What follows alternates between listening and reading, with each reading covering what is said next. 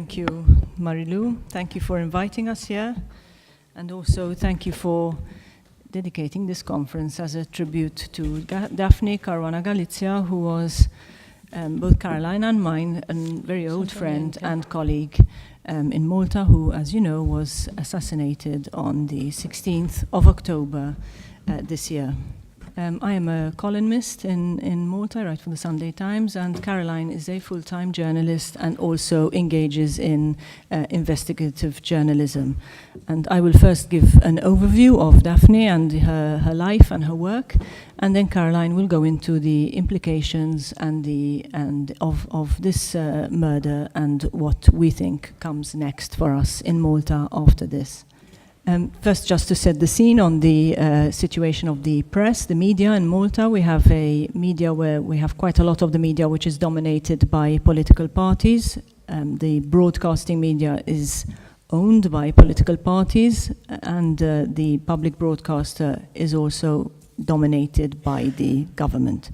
So there is a very small pool of journalists who really work independently and are outspoken in the way that Daphne was. So she was quite a unique figure in our media scene. Yes, she didn't only work for the mainstream media, but she also had a blog where she was able to express herself very independently, even outside of any editorial control. So just to give an overview of her work, she started off as a professional journalist. She was a full-time professional journalist throughout her career. She worked for these are images from her early work. She started off in the late 1980s with columns in the Sunday Times.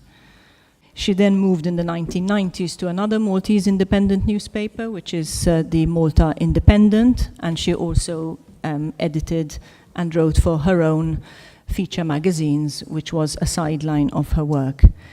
Then in 2008, just before a general election, she started this blog, which she called Running Commentary, which she then continued to run for a period of 9.5 years, posting her last blog just an hour before she was assassinated, when she left her house and she was killed in a car bomb. She was, for many years, she was threatened. She received threats by email, by letter. She also had her house set on fire.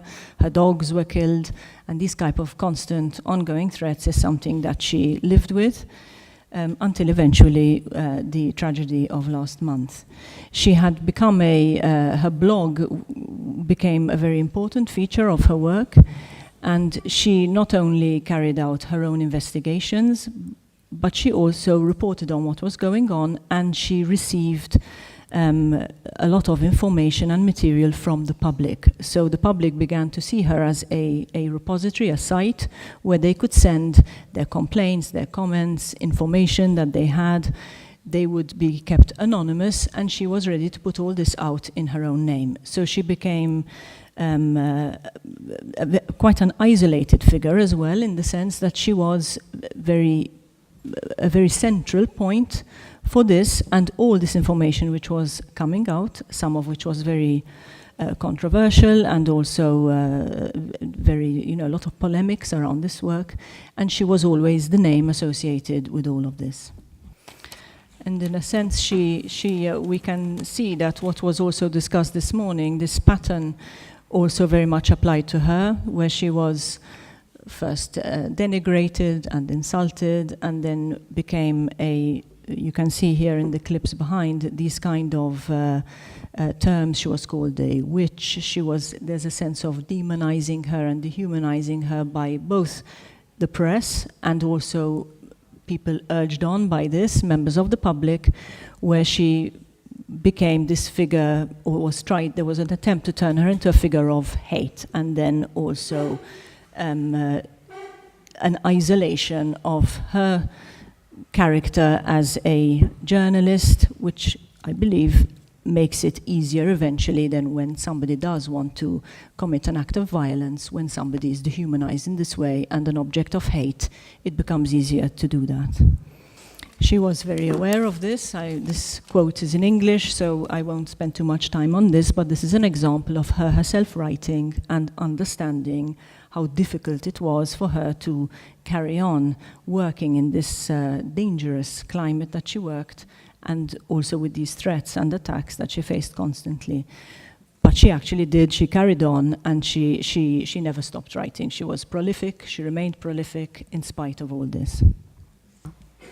I'll just give you a few examples of very recent type of environment she was working in. Here is an example on the slide of a government minister in Malta who felt libeled by something she wrote about him, and he instituted in court an action to freeze her assets. So she no longer had access to her own personal bank account.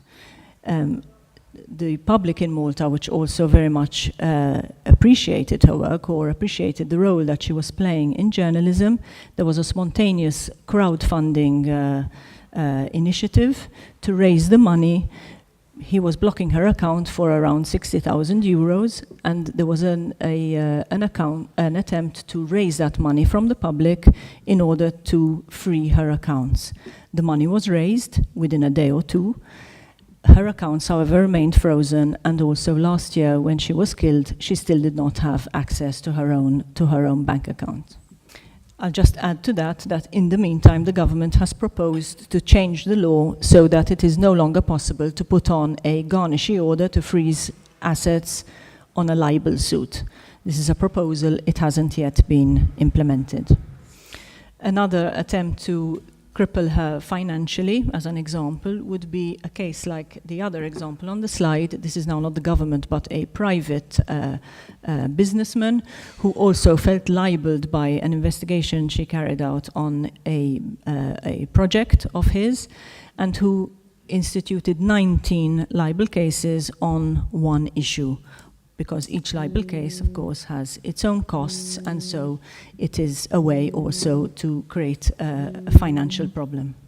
Another example of a recent case she had in 2016 was when another government minister tried to oblige her in the courtroom to reveal her source.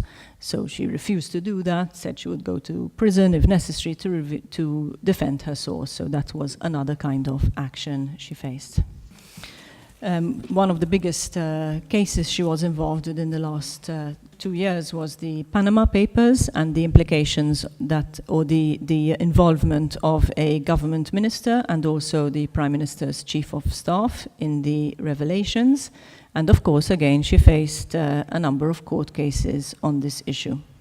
She received an award in 2017 by Politico. She was named as one of 28 most influential journalists in Europe. So that was a highlight of the last year where she achieved international recognition.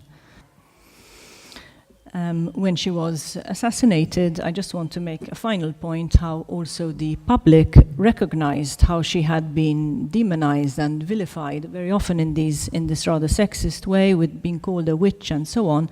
And that's just an example of one of the type of letters and articles which were written in the papers recently in Malta, understanding that she was always being termed or being presented in this way as being a witch, and these kind of images that were presented around her. It was a very defining aspect of her work and her image as a journalist.